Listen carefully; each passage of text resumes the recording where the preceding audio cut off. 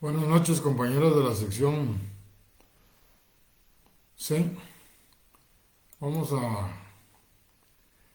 iniciar nuestra clase de hoy tal y como lo habíamos platicado para hablar de algunas generalidades de la ley del Banco de Guatemala que va a ser objeto de examen el día de mañana.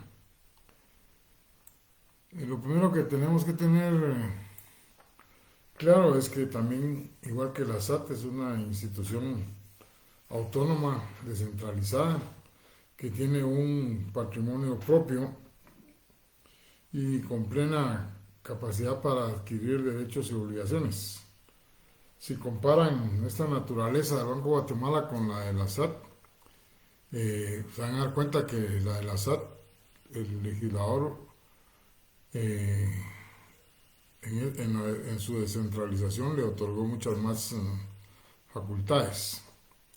¿Cuál es el objetivo fundamental de la existencia del Banco de Guatemala? Pues el objetivo fundamental es que debe de contribuir a la creación y mantenimiento de condiciones favorables para el desarrollo económico nacional. Y eso solo lo va a lograr manteniendo en buenas condiciones la situación monetaria, cambiaria, crediticia y la estabilidad de precios. La estabilidad de precios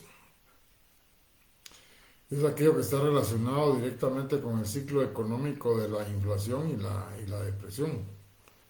Recuerden ustedes que el otro día estábamos hablando de el descontrol que se había dado en la inflación respecto a cómo terminó el ejercicio fiscal del año pasado, que llegó casi al 12%, y derivado de las medidas que ha tomado el Banco de Guatemala, se ha estado estabilizando y ya llegó incluso al 9%. El crecimiento que iba en forma ascendente ya empezó a descender. O sea, esa es parte del objeto fundamental que tiene el Banco de Guatemala, mantener la estabilidad en los precios. Y no solo en los precios, sino también en las condiciones monetarias, crediticias, cambiarias. Y eso lo pueden leer ustedes en el artículo 3. De ahí, pues pueden leer las funciones y nos vamos a ir directamente al artículo 13 para hablar un poco de la Junta Monetaria. La Junta Monetaria es un órgano que está por encima del presidente del Banco de Guatemala. Al igual que les explicaba yo, en la ley de la SAT, el superintendente es la máxima autoridad administrativa, pero es el directorio de la SAT el que se establece en la ley como la máxima autoridad de toda la institución, no solo administrativa, sino de toda la institución, en todo lo que concierne a la SAT. Es igual aquí, la Junta Monetaria es un órgano que sus funciones y atribuciones están en la ley del Banco de Guatemala, pero no por eso deja de ser el órgano superior, y su existencia también se la debe a la norma constitucional, que es donde se regula. Lo importante desde el inicio de esta Junta Monetaria es que está compuesta la Junta por personas de distinto conglomerado. Lo preside el mismo presidente del Banco de Guatemala. Pero, independientemente de quién lo preside, también lo conforman el ministro de Finanzas Públicas, el ministro de Economía, el ministro de Agricultura, Ganadería y Alimentación, que son órganos que forman parte del ente central. Además, un miembro del Congreso de la República, un representante de los presidentes de los consejos de administración de los bancos privados, un presidente, un presidente en representación de los presidentes de las distintas asociaciones empresariales, Cámara de Comercio, Cámara de Industria, o sea, del CACIF en otras palabras. Y en lo que a nosotros atañe, también hay un representante de la Universidad de San Carlos de Guatemala. Ese representante es nombrado por la Junta Monetaria. Hace un par de años, si mal no recuerdo, hubo un problema con la propuesta que hacía el Consejo Superior Universitario sobre la licenciada Porras, si mal no recuerdo, y hubo una serie de acciones judiciales para que no se le aceptara en la Junta Monetaria. No me recuerdo cuáles fueron las razones, pero hubo una objeción y tuvo que repetirse la elección con respecto al representante que actualmente tiene la Universidad de San Carlos. Pueden ahí tomar nota de la importancia que tiene, no solo en ese aspecto, sino que en la vida económica, financiera del país, cuando hay un representante de la universidad en la Junta Monetaria. De ahí el gran interés también sobre las personas que van a ocupar la rectoría, ustedes me entienden. Independientemente de cómo puede sustituirse, cómo pueden darse las suplencias, de los impedimentos, cómo se remocionan, hablemos de las atribuciones que tiene la Junta Monetaria. No de todas, pero sí vamos a hablar de algunas que son, a mi juicio, las más importantes. La primera es que la Junta Monetaria debe de evaluar la política monetaria cambiaria y crediticia del país. Pero para eso debe hacer un análisis de todo el entorno nacional e internacional. Recuérdense ustedes que muchas de las cosas que exporta Guatemala no dependen sus precios de lo que aquí está sucediendo en el territorio guatemalteco, sino que los precios son puestos por organismos internacionales, como por ejemplo el precio del quintal del café, el precio de los combustibles. Aquí fluctúa, sube y baja de acuerdo a las fluctuaciones internacionales que establecen los grandes productores. O están poniendo en el mercado exceso o reducen su explotación. Todo eso incide. Tiene mucha importancia la Junta Monetaria con respecto a velar que los bancos del sistema tenga liquidez.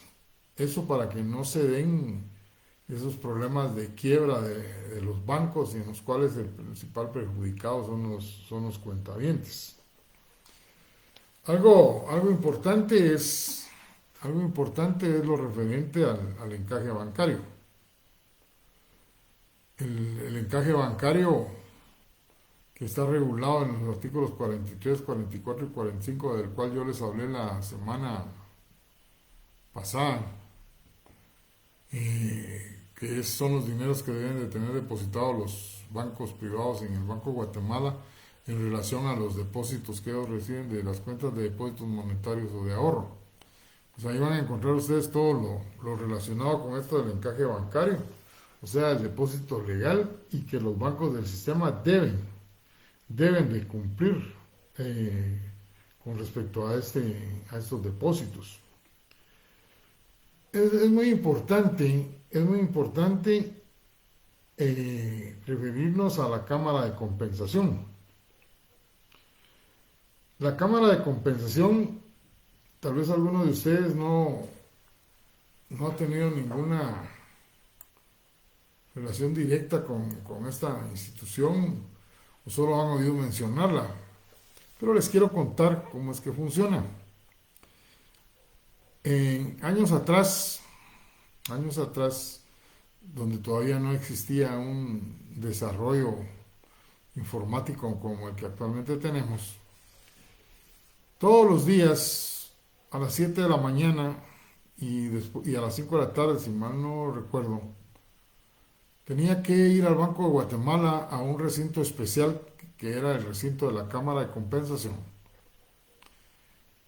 Y ahí tenía que llegar un delegado de cada uno de los bancos del sistema. ¿Y a qué llegaba? Pues él llevaba los cheques que su banco había recibido como depósito en las cuentas y llegaba a ese lugar para intercambiarlos con los representantes de otros bancos. Los del banco X se los entregaba al representante del banco X y ese representante del banco X le entregaba a él los del banco que él representaba y así con todos los demás bancos. O sea, era un intercambio de los cheques que cada banco recibía de cualquiera de los otros bancos del sistema. Y no se daba por bien hecha la operación hasta que el banco que se llevaba los cheques que había recibido regresaba a las 5 de la tarde o a las 7 de la mañana del otro día y confirmaba que esos cheques sí tenían fondos. Y entonces la operación que estaba haciendo el sujeto con ese banco, donde había depositado a su cuenta un cheque de otro banco, pues no estaba liberada la reserva, es como se dice, hasta que no se recibía el cheque con el visto bueno del banco donde estaban los fondos. Antes se tardaban 48 horas muchas veces. En la actualidad, usted deposita hoy en el transcurso de la tarde un cheque en su cuenta que es de otro banco y pregunta cuándo voy a hacer uso de esos fondos. Pues mañana después de las 5, les dice. Y efectivamente, si ustedes van a ese banco a querer cambiar su cheque en base a ese depósito que hicieron, a las 6 de la tarde ya está liberado y se los van a pagar. A eso se refiere la cámara de compensación y ahora es mucho más rápido porque es por medio de los sistemas informáticos. Eso es lo que se refiere a la cámara de compensación. Y para eso para toda esa actividad existe un reglamento que creó la Junta Monetaria. Las demás funciones y atribuciones, pues ustedes las pueden leer y no son nada difíciles de entender. Lo que sí es importante señalar y que los establece el artículo 27 es la responsabilidad que tienen los representantes de la Junta Monetaria. Según este artículo, todos los miembros de la Junta Monetaria y de los que estén presentes, por si tuvieran invitados que lo permite según esta ley, al igual que la ley de la SAT, son responsables, dice, son responsables de lo que ahí se discuta. Siempre, pero hay una excepción, y la excepción es que quedan exentos de esa responsabilidad cuando hubiesen hecho constar su voto disidente. Y me imagino que el voto disidente tiene que llevar los argumentos de por qué es que no están de acuerdo. Son los casos en los cuales no hay responsabilidad. Una situación igual se da en la ley de la SAT, solo que allá dice que debe ser razonado. Tiene que razonar el voto en que no están de acuerdo para no tener responsabilidad en lo que se está acordando. Otra cuestión que me llama mucho la atención de este artículo 27 es la responsabilidad referente a la divulgación de lo que se discute, de lo que se establece en las agendas de la Junta Monetaria. Todo es de carácter confidencial y por lo tanto hay responsabilidad si alguien lo divulga. Pero hay un caso en la historia de Guatemala que se dio allá por los años de 1978, cuando estaba el conflicto armado, y ya se oía de que seguía avanzando el otro grupo y que ya estaba en Amatitlán. Ese día se reunió la Junta Monetaria porque los bancos informaron que estaban haciéndose muchas transferencias al extranjero de los que manejan el capital, llevándose su dinero. Es algo normal. Si está en riesgo su capital, cada quien tiene que ver qué es lo que hace. Y entonces se reunió la Junta Monetaria y se discutía sobre el establecimiento del control de cambios. El control de cambios, les contaba yo a ustedes la vez pasada, que significa que la Junta Monetaria dispone que nadie puede enviar transferencias de divisas al extranjero si no es con la debida autorización del Banco de Guatemala. Cuando eso se estaba discutiendo, alguien filtró la información y entonces todos los bancos del sistema empezaron a recibir las llamadas de sus clientes clase A, digámosle, donde pedían que se les transfirieran tantos miles, tantos millones hacia un banco en Europa, un banco en Estados Unidos o a distintos bancos fuera de Guatemala. Lo sé a ciencia cierta porque yo trabajaba en bancos, en uno de los bancos del sistema, y salieron millones de quetzales. ¿Por qué? Porque alguien filtró la información. Sin embargo, yo no me recuerdo haber leído en ningún periódico que se hubiese iniciado una investigación para saber quién había filtrado la información. Recuerden ustedes que también era época de crisis, independientemente de todo lo que estaba sucediendo. Creo que era muy difícil que alguien se pusiera de las autoridades a tratar de determinar dónde había estado el filtro. Pero sí hay responsabilidades para el que publique información de esta naturaleza. Vamos a saltearnos hasta donde está el tema de la estabilización monetaria. Ya dijimos al principio que uno de los objetos fundamentales es mantener en condiciones favorables, crear y mantener en condiciones favorables el desarrollo económico de la nación, y para eso dar las condiciones monetarias, entre otros, porque hablamos de cambiaria, crediticia, control de precios. Pero estas condiciones monetarias favorables, dice que el Banco de Guatemala tiene que usar los instrumentos que la ley le da. Y uno de los instrumentos que la ley le da es los que están en este título 3, empiezan en el artículo 43, donde se habla de los estabilización monetaria y los instrumentos de política monetaria.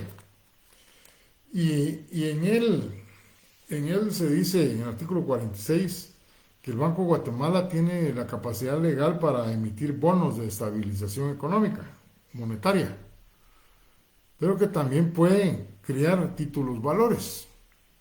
¿Qué significa esto?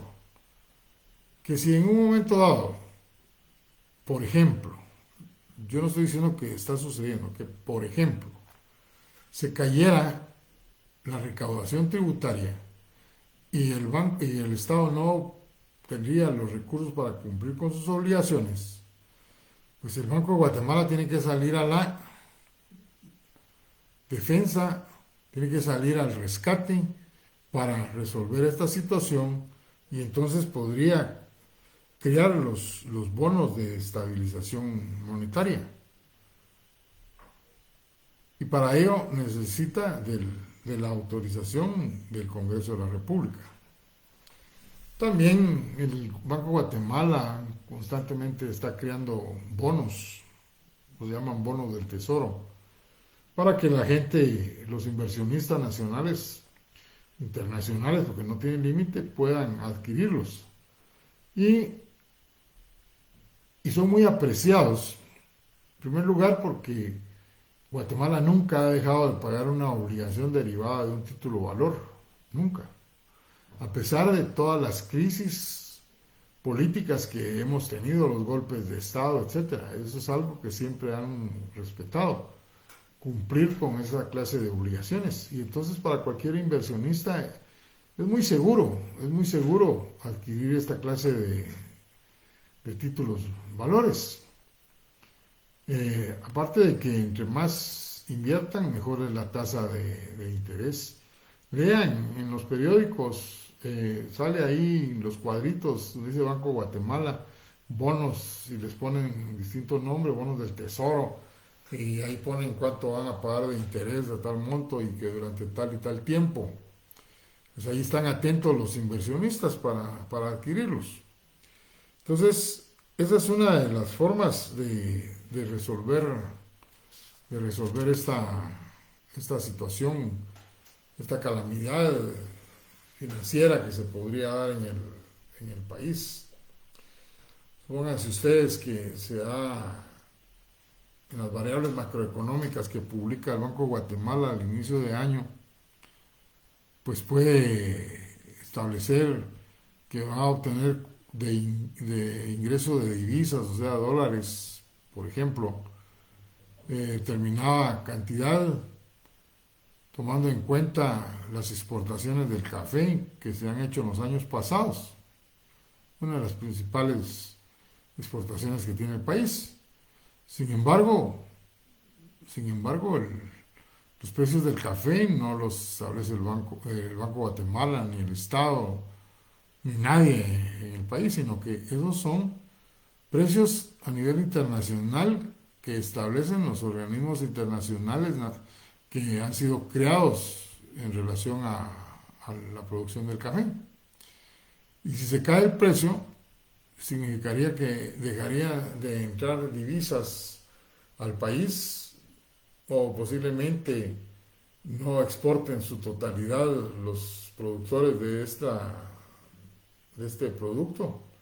Y entonces va a haber escasez de divisas y el Banco de Guatemala puede salir entonces al rescate creando esos bonos de estabilización monetaria y va a adquirir dólares y los establece en dólares. Desde luego el Banco de Guatemala también, según el artículo 47, puede comprar y vender divisas. Para los que no están relacionados o entendidos con este tema, este concepto de divisas, les cuento que divisas no es más que la denominación que se le da a las distintas monedas existentes en el mundo.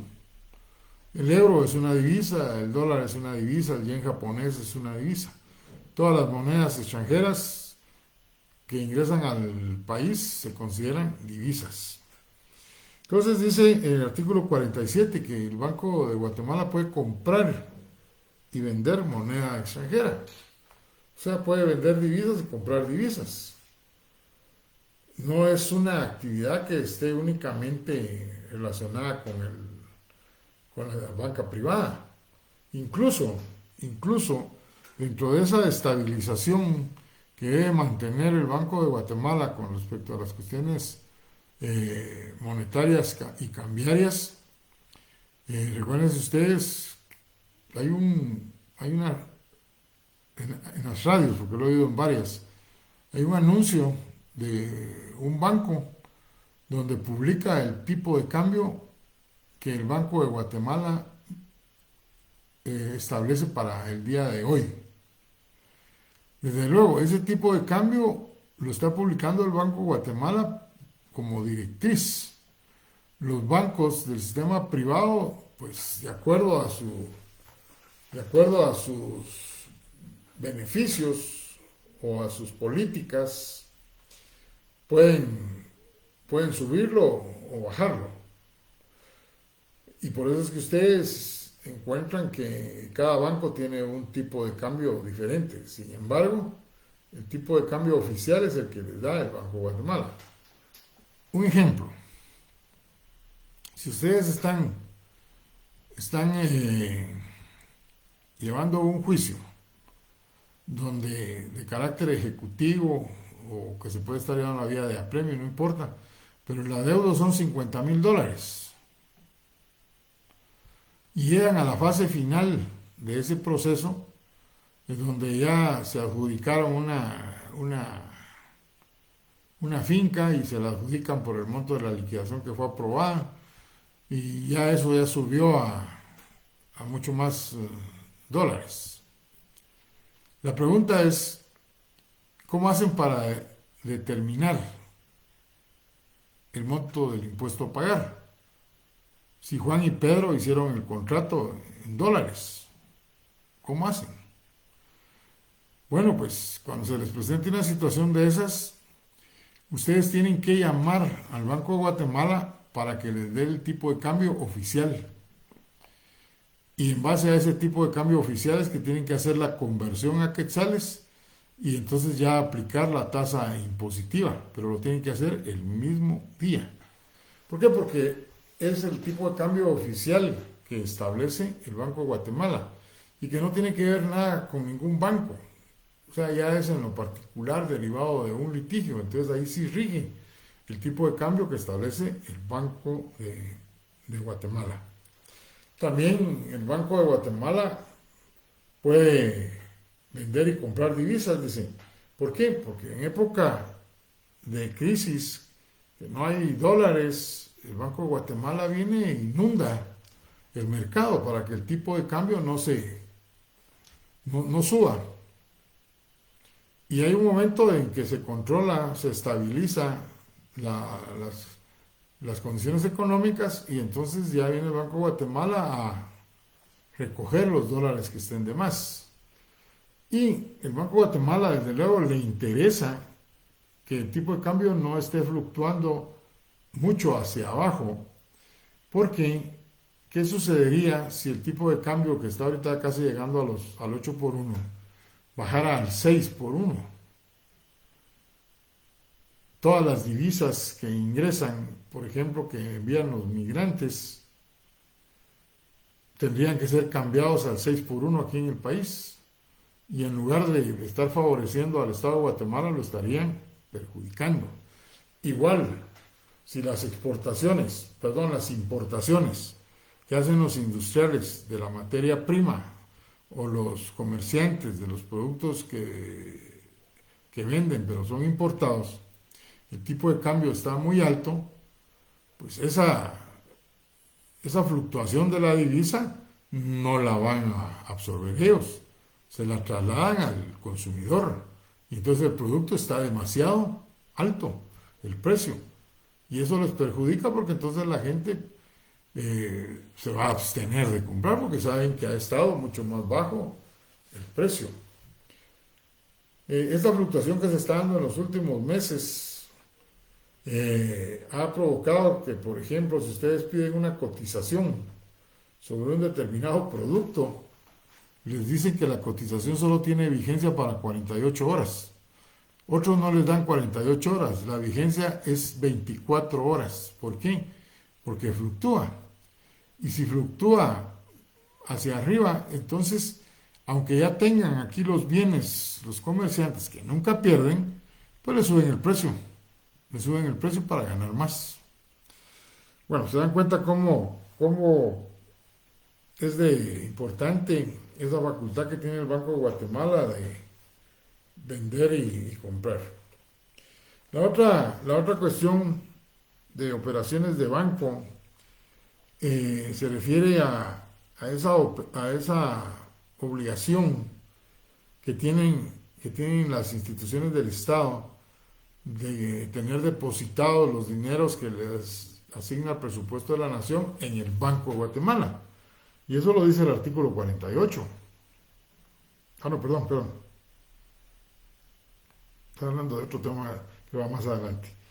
No, lo que les tengo que hablar en este momento es de las deficiencias temporales económicas que tienen los bancos privados. Esto de las deficiencias se refiere que hay bancos que pueden entrar en crisis de escasez de efectivo y que no tienen para poder cumplir con sus obligaciones y que se pueden derivar, por ejemplo, que los créditos que han otorgado, a pesar de las investigaciones que han hecho, resulta que el porcentaje de mora ha subido de una forma excesiva. Y eso no les ha permitido recaudar, recoger el dinero prestado más los beneficios que producen los intereses. Esto a un banco privado le va a provocar deficiencias. Y este artículo le llama deficiencias temporales. En estos casos, estos bancos privados pueden acceder al Banco de Guatemala a solicitar que les dé un crédito para poder paliar su crisis. O sea, lo pueden hacer y el banco lo puede otorgar. Pero previo debe tenerse en cuenta el informe que debe rendir la Superintendencia de Bancos sobre la liquidez, la solvencia, la rentabilidad, la calidad de las garantías de los créditos que han otorgado. En el laboratorio había un caso sobre esto, que estaba al final, donde hablaba de por qué no se le daba el crédito al banco que lo estaba solicitando, porque el crédito se estaba pidiendo a un plazo mayor de 60 días, por ejemplo. Bueno, eso lo pueden leer en el segundo párrafo, pero esos créditos hoy saben ustedes que los puede solicitar el banco privado cuando tiene deficiencias económicas temporales y las tiene que solventar. Y la forma de solventarlas es accediendo a un crédito. Luego tenemos el otro tema, ahora sí, de los depósitos oficiales. El artículo 55 establece que todos los dineros que reciben las instituciones del Estado que les asigna el presupuesto deben de estar depositados en una cuenta en el Banco de Guatemala. Y entonces viene aquí la pregunta para los que trabajamos con algunas instituciones del Estado. Y dice, bueno, eso que está diciendo el licenciado no es cierto. No, el catedrático está un error, porque yo trabajo en tal órgano y me pagan con una cuenta del Banco X, que es privado. Y es cierto. Muchos pagos de salarios se hacen con cheques de bancos privados, no del Banco de Guatemala. El Banco de Guatemala no tiene cuentas de depósitos monetarios. O sea, para hacer pago de salarios, por ejemplo. ¿A qué se debe esa situación? Bueno, si ustedes